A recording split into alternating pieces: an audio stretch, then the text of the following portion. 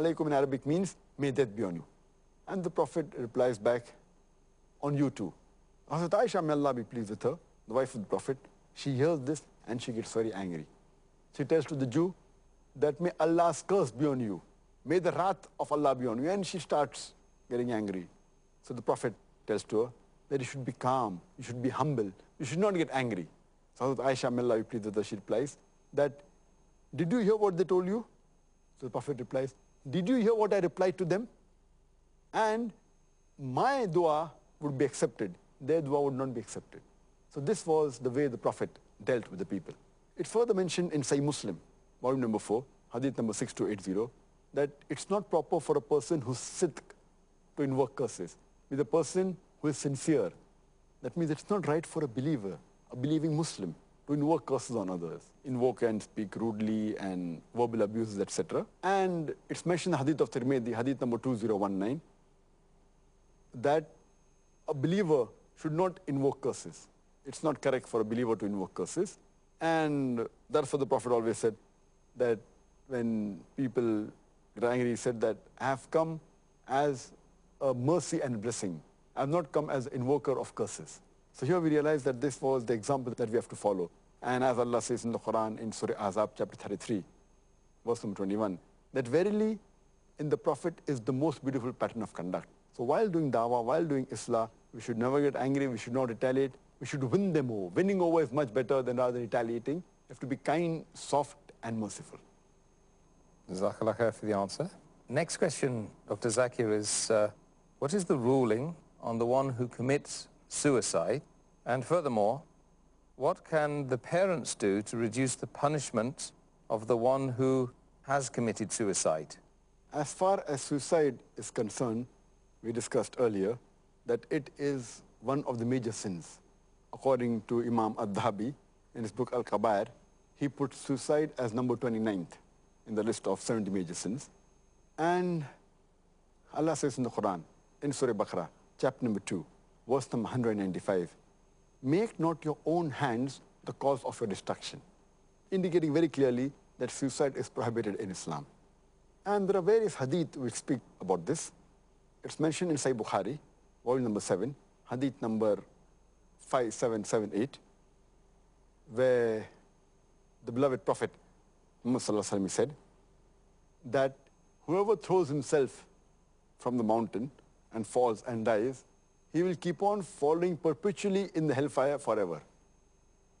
And if a person drinks poison and dies, he will keep on in the hell, have a bottle of poison and keep on drinking it and keep on dying in the hell. And if someone stabs himself, then in the hellfire, he'll keep on stabbing himself forever. And again, Allah's Messenger repeats the message in Sahih Bukhari, volume number 8, hadith number 6047, where the beloved Prophet ﷺ said that if a person commits suicide and kills himself, in the hellfire, he'll keep on doing that same act.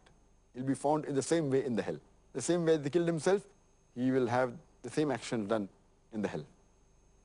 And the beloved Prophet ﷺ said, it's mentioned in Sahih Bukhari, volume number 4, hadith number 3463, that there was a person who had a wound and it was paining him too much. He was impatient. So he takes a knife and he cuts his hand and then he bleeds to death. And the Prophet, he says that because he was impatient and he killed himself, he will not enter paradise.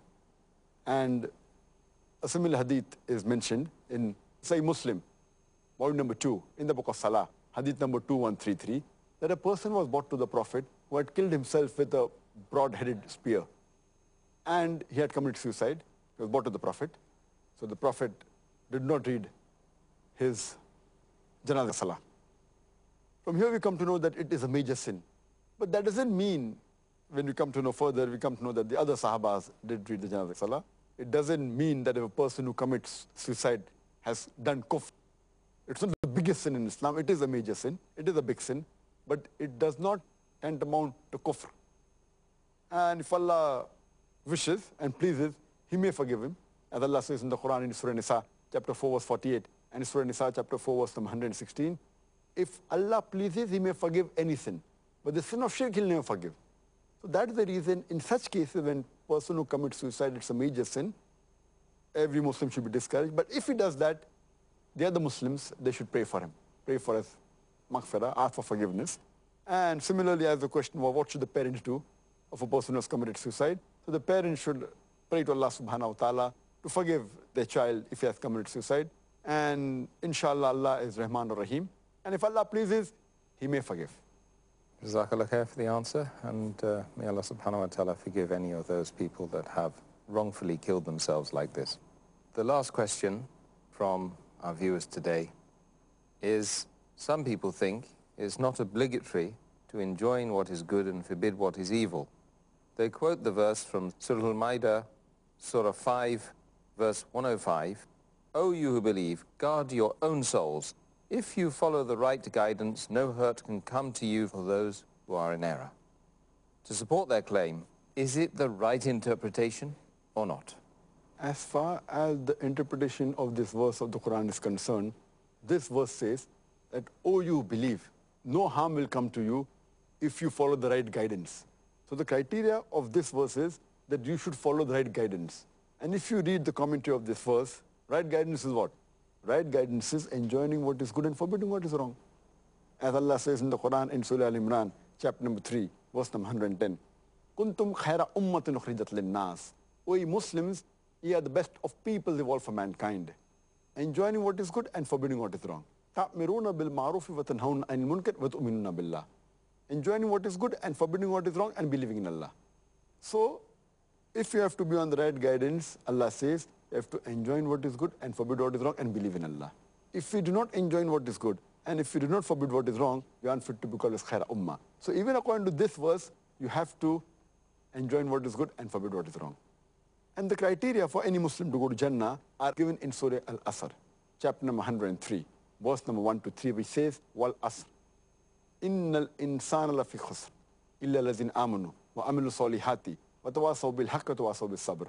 By the token of time, man is verily in a state of loss, except those who have faith, those who have righteous deeds, and those who exhort people to patience and perseverance. For any human being to go to Jannah, he requires 4 things. That Iman, number 1, righteous deeds. Number 2, number 3, watawasaw bil haqq, exhorting people to truth. And number 4, exhorting people to patience and perseverance. If any one of these 4 is missing, you shall not enter Jannah. You may be a very good Muslim, you may be offering salah, you may have gone for hajj, you may be paying zakat, but if you don't do dawah, if you don't enjoin what is good and forbid what is wrong, you will not go to Jannah. If Allah wants to forgive you and put you in Jannah, that's a different question, that's his prerogative. As Allah says in Surah Nisa chapter 4 verse 48 and Surah Nisa chapter 4 verse 116, if he wishes, he may forgive any sin, but the sin of shirk he'll not forgive. But in normal circumstances, all 4 things are equally important. Iman, righteous deeds, exhorting people to truth, that is dawah and islah, and exhorting people to patience and perseverance. Therefore, dawah and islah is one of the criteria for any Muslim, for any human being to go to Jannah. Well, Jazakallah khair. Once again, Dr. Zakir, we've come to the end of the show. And I would ask all of those brothers and sisters who are watching to tune in at the same time tomorrow, when we will be discussing a very important topic of dawah to non-Muslims, inshallah. Assalamu alaikum wa rahmatullahi wa barakatuh. حافظين ذاكرين قانتين خاشعين